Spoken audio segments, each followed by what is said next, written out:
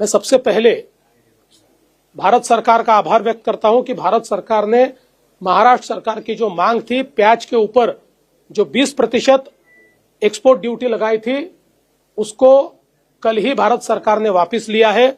इसके कारण हमारे प्याज के जो किसान हैं उनको उसका बहुत फायदा होगा, इसलिए मैं केंद्र सरकार का बहुत आभार व्यक्त करता हूं।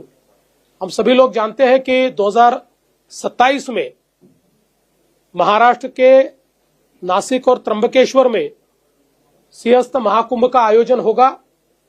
इस आयोजन की दृष्टि से हम लोग लगातार बैठकें कर रहे हैं। नासिक में क्या करने की आवश्यकता है, इसका एक मास्टर प्लान हमने तैयार किया था, जिसको हमने पिछले ही समय मान्यता दी है। उसके काम भी हम चालू कर रहे हैं, जिसमें बड़े पैमाने पर यहाँ पर पानी साफ हो, इस दृष्टि से एसटीपी की व्यवस्था हो, रास्तों की व्यवस्था हो, ब्रिजेस की व्यवस्था हो, साधुग्राम की जो जगह है उसको अधिग्रहित करके वहां पर सारी व्यवस्थाएं खड़ी करनी हो, ये सारी व्यवस्थाएं हम लोग कर रहे हैं। साथ साथ त्र्यंबकेश्वर में भी, क्योंकि हम जानते हैं त्र्यंबकेश्वर ये हमारा एक बहुत महत्वपूर्ण ज्योतिर्लिंग है और ज्योतिर्लिंगों में भी इसकी जो इसका स्थान है वो बहुत ऊंचा माना जाता है। इसलिए त्र्यंबकेश्वर के विकास का भी हम लोगों ने प्रावधान किया है।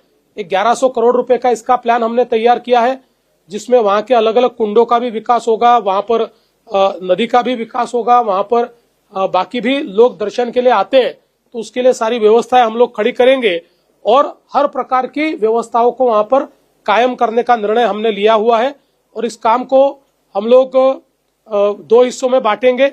एक जो 2027 तक हमको कंप्लीट करना है और दूसरा हिस्सा 2028-29 तक कंप्लीट होगा। तो इस दृष्टि से ये सारे प्लान्स को हमने तैयार किया है। हम लोग ये मानते हैं कि जिस प्रकार से प्रयागराज में जो प्लानिंग हुआ था उससे ज्यादा लोग वहां पर आए, वैसे ही अपेक्षित है कि यहां पर भी ज्यादा लोग आएंगे।